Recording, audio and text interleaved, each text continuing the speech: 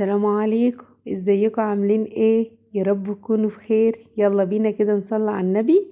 اللهم صل وسلم وبارك عليك يا حبيبي يا رسول الله صلى الله عليه وسلم. ازيكم عاملين ايه؟ يا رب تكونوا بخير. النهاردة ان شاء الله هنعمل مع بعض المكرونة المحمرة بطريقة سهلة وبسيطة وطعمها خرافي.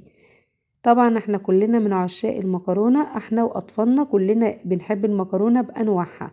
فهنعمل النهاردة المكرونة المحمرة سهلة وبسيطة وطريقة كده روعة تديكي احلى نتيجة للمكرونة. بس اول حاجة كده، لو انت لسه اول مرة بتشوفيني ولسه ما اشتركتيش في القناة، يا ريت تشتركي في القناة وتحط اللايك وتفعلي الجرس للكل عشان كل ما اعمل فيديو جديد ان شاء الله يوصلك. ولو انت معايا وبتشوفيني منوراني، بس ما تنسيش يا حبيبتي اللايك وكومنت حلو كده، صلي على النبي وتقولي لي رايك كده عشان تشجعيني وتخليني ان انا استمر باذن الله. اول حاجه كده الوصفه معايا هنا طاسه على البوتاجاز، نزلت كده بشويه من الزيت، بصله مكعبات صغيره، بصله وسط قطعتها مكعبات صغيره وبدات ان انا اشوح فيها بالشكل ده لحد ما تاخد معايا اللون الذهبي الفاتح. الطريقة دي للمكرونة، طريقة الصلصة دي للمكرونة بتدي طعم خرافي للمكرونة. أنا قبل كده عملت معاكم المكرونة المسلوقة بالصلصة برضو كانت طعمها تحفة. وكل اللي دخل شاف الفيديو وجربها يقول لي رأيه، لأن هي فعلا كانت تحفة. والطريقة دي برضو حلوة قوي، بتديكي طعم المكرونة خرافي. بعد ما خدت اللون الذهبي البصلة، نزلت عليها معلقتين كبار من الصلصة ومعلقة صغيرة من الفلفل الأسود ومعلقة صغيرة من السكر عشان تعادل معايا حموضة الطماطم. بس كده. هنضيف كوبايتين عصير من الطماطم، كوبايتين من عصير الطماطم، وانا مش منعمة الطماطم قوي يا جماعة. بس وهسيبهم ان هما معايا يستوي، الصلصة تستوي ونبدأ ان احنا نحمر في المكرونة. تمام تمام.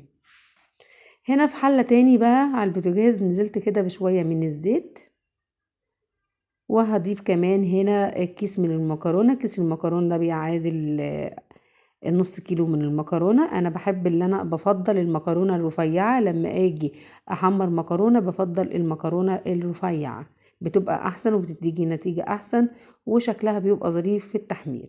هبدأ كده اللي انا احمر في المكرونة لحد ما هتاخد معايا اللون الذهبي الفاتح. انا مش بحب اغمق قوي في المكرونة. اهو بدأت تاخد معايا اللون الذهبي زي ما انتم شايفين كده، ما تغمقيش قوي في المكرونة عشان تديكي لون حلو. بس كده ضفت الصلصة بعد ما اتسبكت معايا او استوت معايا، وانا زودت المكرونة هنا لحد ما اتغطت بشوربة فراخ كانت متوفرة عندي. لو انت مش متوفرة عندك شوربة فراخ وهتبدأ اللي انت تزيديها بمية، يبقى مع البصلة والصلصة اللي انت بتسبكيهم هتضيفي مكعب من المرقة. طبعا انا ما حطيتش ملح لاني الشوربه كانت عندي مملحه ومظبوط الملحه بتاعتها. انت لو هتضيفي ميه ومرق الدجاج يبقى هتظبطي الملحه. اول ما بدات تغلي معايا المكرونه، طبعا انا غطيتها بالشوربه. اول ما بدات تغلي معايا المكرونه بدات اللي انا اهدي النار واسيبها لما تستوي. بعد ما استوت معايا بالشكل ده، شايفين مفلفله ومش معجنه مش ملزقه ببعض ومدياكي احلى طعم. صدقيني البصله لما بتعمليها مع الصلصه بتدي طعم حلو قوي ونكهه حلوه قوي للمكرونه. يا ريت تجربوها وتقولوا لي رايكم.